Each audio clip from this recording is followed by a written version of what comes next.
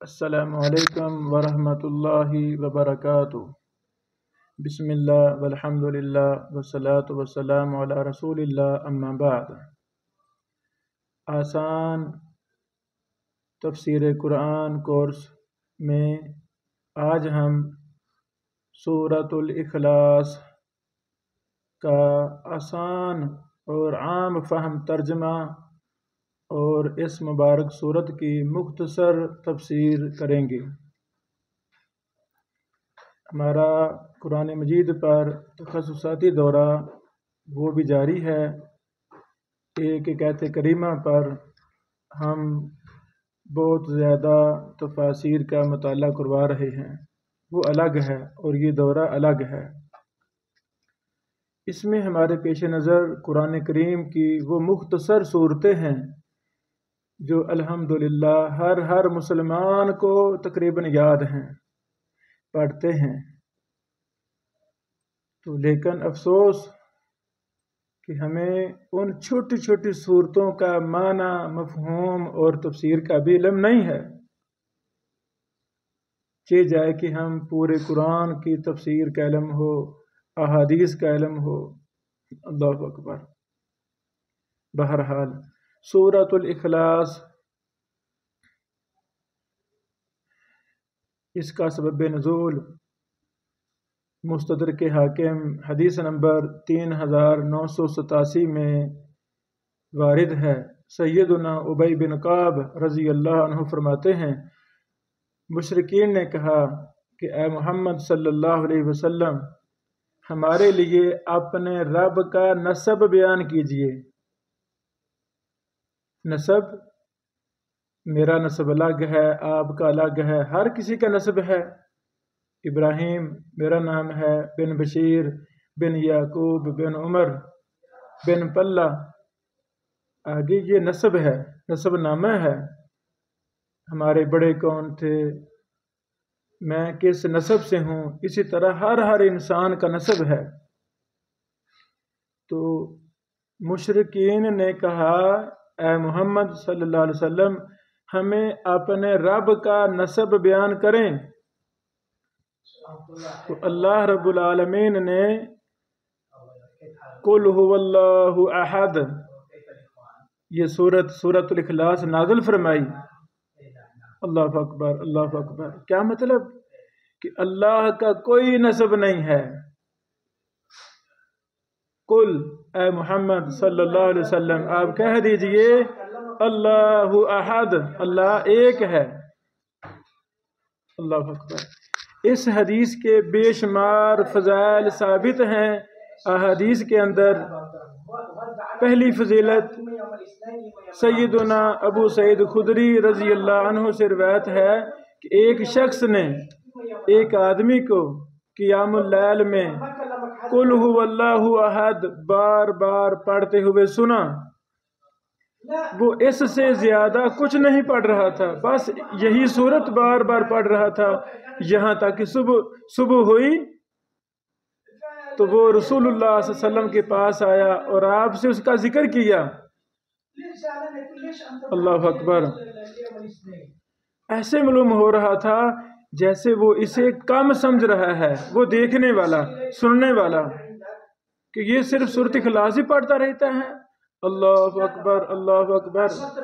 تو اس موقع پہ رسول اللہ صلی اللہ علیہ وسلم نے ارشاد فرمایا، والذی نفسی بیدی انہا لتعدل ثلث القرآن، اس ذات کی قسم جس کے ہاتھ میں میری جان ہے، یہ سورت قرآن کے 1/3 حصہ کے برابر ہے۔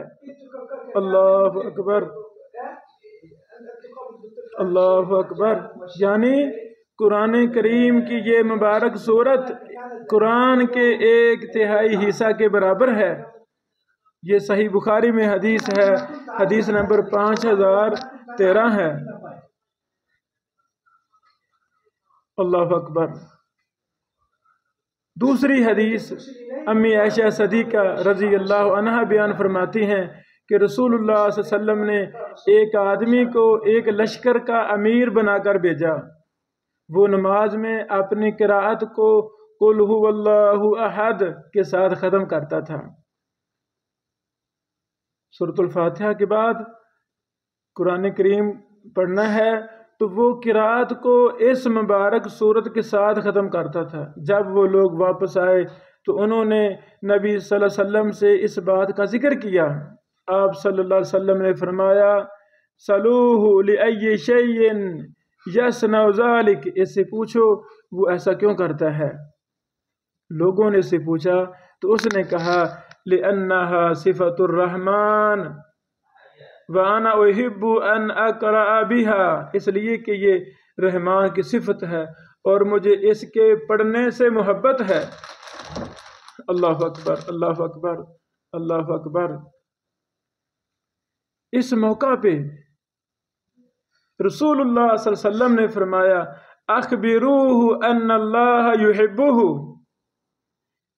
اس صحابی کو بتا دیں کہ اللہ رب العالمین اس سے محبت رکھتا ہے۔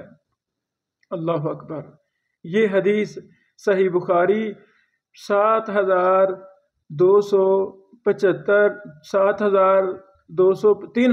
نمبر یہ حدیث ہے۔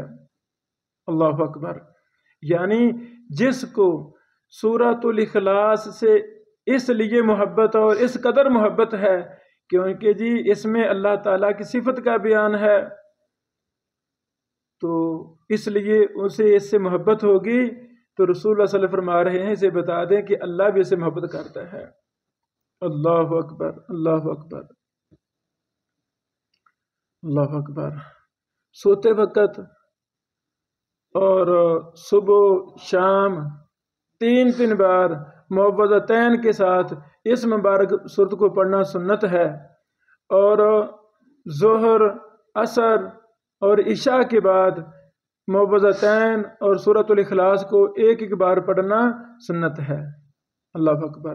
یاد رہے بعض روایات میں اس سورت میں یارحمک اللہ سنت میں اس حدیث کا زیادہ سے زیادہ 3 مرتبہ پڑھنا ثابت ہے، جو بھی ہم نے پیچھے بیان کیا۔ اس کے علاوہ کوئی انسان 100 مرتبہ التزام کرتا ہے، 1000 بار التزام کرتا ہے، وہ اس کا اپنا عمل ہے، ہم اس کو سنت نہیں قرار دیں گے۔ اپنی مرضی سے خواہ 1,00,000 دفعہ پڑھ لیں لیکن ہم استعداد کو سنت قرار نہیں دیں گے۔ اللہ اکبر۔ اب ہم ترجمہ کی طرف آتے ہیں۔ قل هو اللہ احد، آپ کہہ دیجئے کہ وہ اللہ تعالی ایک ہی ہے۔ اللہ اکبر۔ یہ ہمارے ایمان کا مسئلہ ہے کہ اللہ تعالی ایک ہے، اللہ تعالی کا کوئی دوسرا نہیں ہے، کوئی ثانی نہیں ہے۔ جتنے بھی معبودان باطل ہیں وہ باطل ہیں، وہ جھوٹے ہیں، اللہ رب العالمین ایک ہے۔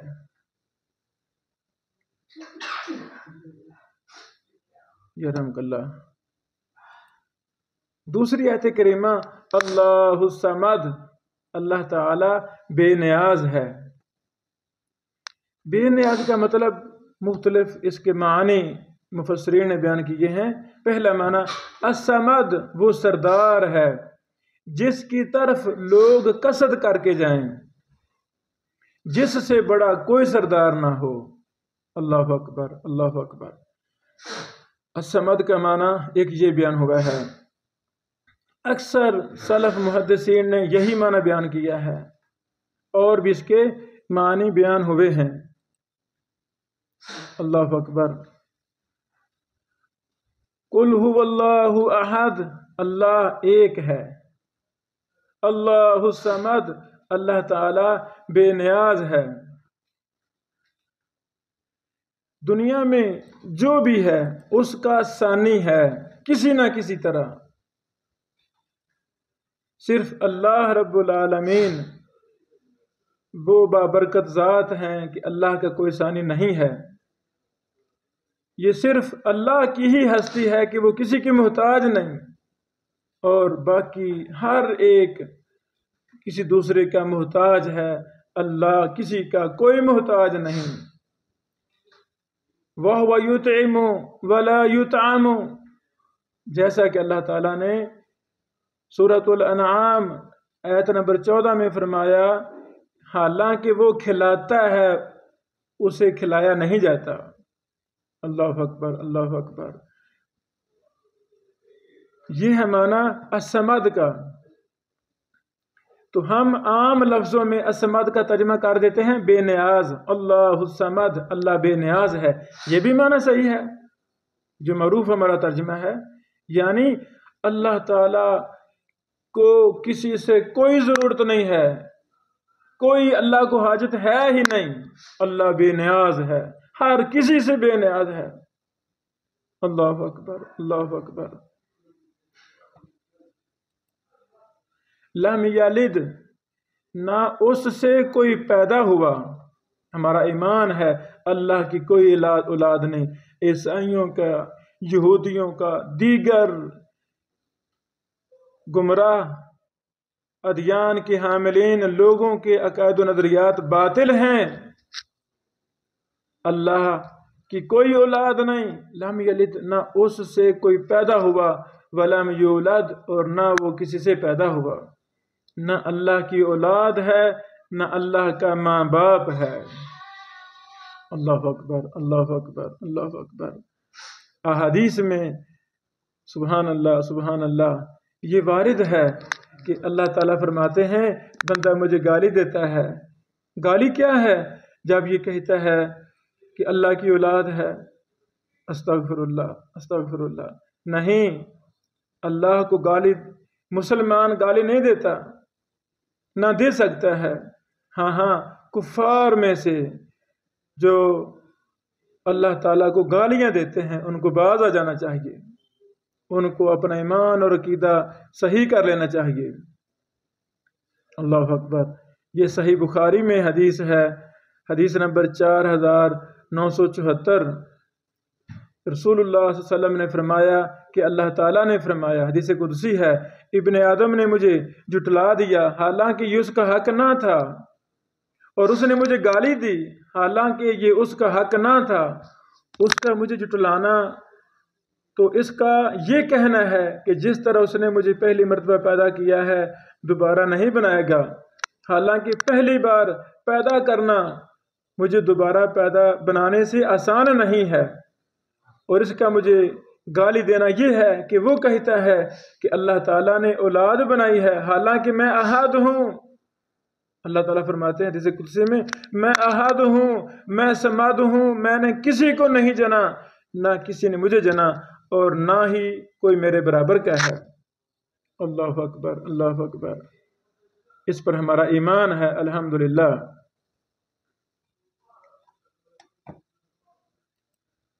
وَلَمْ يَكُنْ لَهُ كُفُوًا أَحَدٌ، اور نہ کوئی اس کا ہمسر ہے۔